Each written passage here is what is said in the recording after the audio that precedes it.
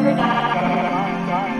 going on, y'all? It's your boy BootStrapBilly back with another video. Today we were talking about the block counter, and I should not say the block counter because there's multiple kinds in this game, but the main two are the body shot block counter and the hook / overhand block counter, which I'm about to show you today. So the hook / overhand block counter is literally just if a hook or an overhand lands on the lead side of your guard, you can instantly counter with an unblockable lead hook. However, it can be swayed, so it's unblockable, but it can be evaded with head movement. And if you don't know what I mean by the lead side of your block, it means whatever hand is in front. So right now Max has his left hand in front, so if Aldo throws a hook like so, that second strike, that hook that landed on the lead side of my block. But now that I'm in southpaw, Max's right hand is now in front, so if a hook or overhand landed on the right side or now lead side of his block, then I could block counter. So it looks just like that. As you can see, it's very fast, and you can see it does 161% damage because of that vulnerability damage added, as it is a counter. But that's not all. You can literally chain this block counter into any type of combo that starts with a lead hook. So just like that, I mean, what was that, a 5-piece? So you can throw basically anything off of this block counter. It functions the same as any time you start off a combination with a lead hook. Any combination that you can think of that starts with a lead hook. So two main combinations that I like to chain with my block counter is the one I just showed you. So lead hook, rear uppercut, lead hook, rear uppercut, and then also lead hook, straight, lead hook, straight. So here's an example with an overhand. As you can see, it functions the exact same. Now let's look at some film and just show you some practical applications of the block counter. So now that you know how to use the block counter, all that good stuff, this is an in-game example. I'm playing as Gilbert Burns and my opponent is GSP. Basically, my opponent GSP is just spamming hooks, and you'll see that as we go throughout the fight. There's a nice little pull counter. That's not a hook though. So right about here, so as you notice, he throws 4 hooks in a row. He just alternates from one to the other.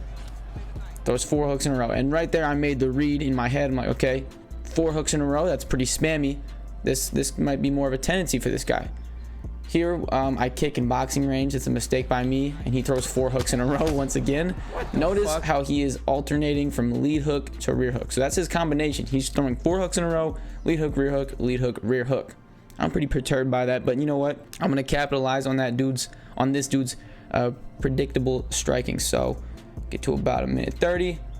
Here he throws 4 hooks again, and keep in mind, in my head I'm thinking, okay, this guy loves to spam hooks, so if I see 1 to 2 hooks, I know that there's gonna be 2 after. If I see even 1 hook, he's been so predictable so far, I'm gonna pull the second strike because I'm that confident it's going to be a hook, because that's what he's shown me. That's how predictable he's been.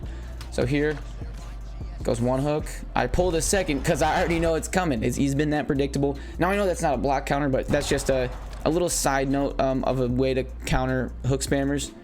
So here we break out the clinch, and I want you guys to think, okay, if he's going lead hook, rear hook, rear hook, the second and the 4th strike are going to be landing on the lead side of my block, which is, you know, obviously a hook landing on the lead side of my block. I can block counter. So I know that this lead hook is going to land on the rear side of my block. It's getting kind of confusing, but basically his first hook is going to land on the rear side of my block, and his second hook is going to land on the lead side of my block, which I can counter.